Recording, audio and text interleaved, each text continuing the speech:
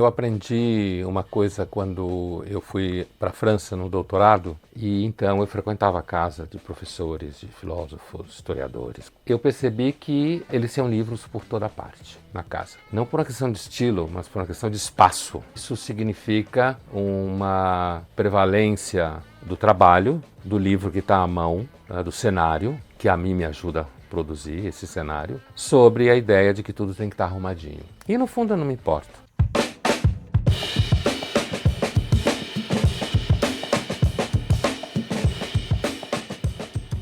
Freud é um autor que eu sempre volto, porque o Freud é um autor que marcou muito minha formação. Então, às vezes eu mexo nos livros por conta de um texto que eu estou escrevendo, ou um livro, ou alguma coisa. Por isso, elas estão aqui perto de mim, como esse livro aqui, ó, Mind of the Moralist, que é um livro do Philip Rieff, que é um livro excelente sobre o aspecto do Freud, ser um moralista, como se fala em filosofia, um especialista em natureza humana. Ali você tem uma edição nova da Bíblia Hebraica, ali aqueles 3 volumes grandes.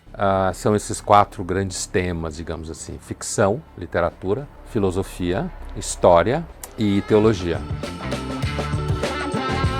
A minha questão na biografia não é exatamente a biografia, é o contexto social que a biografia apresenta. Para mim, boas biografias são assim. Elas apresentam o contexto social no qual o autor viveu. A do Tolstói, a do Dostoiévski, imbatível, do Joseph Frank, 5 volumes gigantescos. Eu dei aula sobre a Revolução Russa. Isso aconteceu em 21 e 22, se não me engano, ou 20 e 21, no meio da pandemia. Então eu resolvi ler essa biografia aqui. Se eu estou precisando procurar um livro que não está na ordem, eu às vezes sento aqui no chão e fico mexendo nos livros. Eu risco o livro, dobro. Eu não tenho nenhuma coisa do tipo, o livro tem que estar sempre bonitinho, arrumado. Eu risco ele. Desde sempre eu fiz isso. Eu tenho algumas estátuas aqui que são religiosas ou não, né? Por exemplo, aqui eu tenho muito tema grego, aqui, né? Ali tem bastante temas cristãos, figuras santos ou santas e tal. Ao mesmo tempo eu tenho a minha querida macaquinha. E aí eu tenho Stalin, que está ali no canto. Tenho Lenin aqui sentado na mesa. Eu não tenho como não perguntar dessa matriosca do Putin. Porque eu estava na Rússia e eu comprei. Na realidade, a minha mulher comprou isso para brincar comigo. Aí foi essa do Putin. Vestido de marinheiro, sei lá, alguma coisa assim, a primeira. Essa edição eu ganhei quando saiu aqui no Brasil. Ana Karenina. Eu uso muito com os alunos literatura. Na realidade, nos últimos anos eu tenho trabalhado na graduação, isso na FAAP, uma turma só, e eu tenho trabalhado muito literatura clássica, né? Inclusive com o objetivo de ficar longe das discussões contemporâneas, que muitas delas me dão sono. Falam os homens hoje, a toda hora, da lei do direito, do Estado, da nação, do que é internacional, da opinião pública, do poder público, da política boa ou política má, do pacifismo, do belicismo, da pátria, da humanidade, da justiça, da injustiça social, do coletivismo, do capitalismo, da socialização, do liberalismo, do autoritarismo, do indivíduo-coletividade. Isso foi escrito em 39. Parece que foi escrito hoje. A gente não sai muito do lugar em muitas coisas. O Ortega y Gasset está traduzido, Rebelião das Massas é o seu grande clássico, de 29, em que ele faz uma profecia de que a inteligência pública iria ser invadida por idiotas com diploma, né? Emitindo opinião sobre qualquer coisa e tal. Eu li o Sapiens, do Harari. Sim.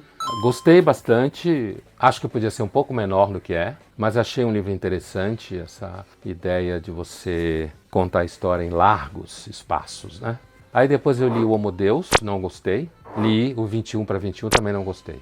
Eu acho que o mosquito do best-seller capturou ele, certo? Ele teve muito sucesso com Sapiens, que é um livro original, muito interessante, que traz informações interessantes, principalmente sobre a pré-história, hipóteses interessantes sobre o ser humano viver no imaginário, delirando, né, a espécie Sapiens. Agora, o Homo Deus, acho que ele exagera um pouco nas suas crenças veganas. É claro, o famoso fato que no começo ele afirmou que nunca mais ia ter uma pandemia de vírus e a gente tomou na cara. E esse eu acho que é um livro um tanto oportunista, né, no sentido de ser um best-seller para pessoas que estão procurando identificar problemas. Bem vendado, super bom. 21 lições para É o tipo de livro que as o pessoas século gostam de XXI. comprar. Principalmente aeroporto. E livro de aeroporto é aquele tipo de livro que está vendendo pra cacete. Por isso que ele está no aeroporto. Gosto de 2 autores de literatura brasileira especificamente. Não sou especialista em literatura brasileira. Eu escrevi um livro sobre Nelson Rodrigues. Eu gosto de Machado e Nelson. Tem muito Nelson Rodrigues aqui. E o Machado também é um autor. Nunca escrevi nenhum texto sobre o Machado, mas eu uso muito Machado em sala de aula, desde Brás Cubas, o niilismo do Brás Cubas, né? A loucura do Bentinho, do Dom Casmurro, a dificuldade de a gente ter certeza do que a gente acha que sabe, o óbvio ululante. Eu tenho a obra inteira do Nelson, todo marcado. Eu acho o Nelson Rodrigues um gênio sobre a natureza humana. Assim, as tiradas dele, né, sobre todo desejo é triste, por exemplo, como o desejo é uma coisa que facilmente nos entristece, apesar de hoje a publicidade falar que todo mundo tem que desejar coisas o tempo inteiro. Ele percebia sutilezas, né? Como, por exemplo, a famosa coluna dele no Cabra Vadia. Ele abre com "Eu sou um ex-covarde". É de uma sutileza. Uma coisa é você dizer que eu sou corajoso, outra coisa é dizer que eu sou um ex-covarde. Eu sempre tive muito medo, mas eu cansei de ter medo do padre, de passeata, eu cansei de ter medo do filósofo, eu cansei de ter medo na redação. Então ele vai falando todos os medos que ele sempre teve. Chegou uma hora que ele cansou, então ele virou um ex-covarde nesse sentido. Lembra um pouco a posição de um romeno, Émile Cioran, filósofo do século XX, quando ele fala que muitas vezes a gente chega à virtude pelo cansaço, não por virtude, mas pelo cansaço. Chega uma hora que você cansa de ter medo. Parece corajoso, mas você só está cansado de ter medo.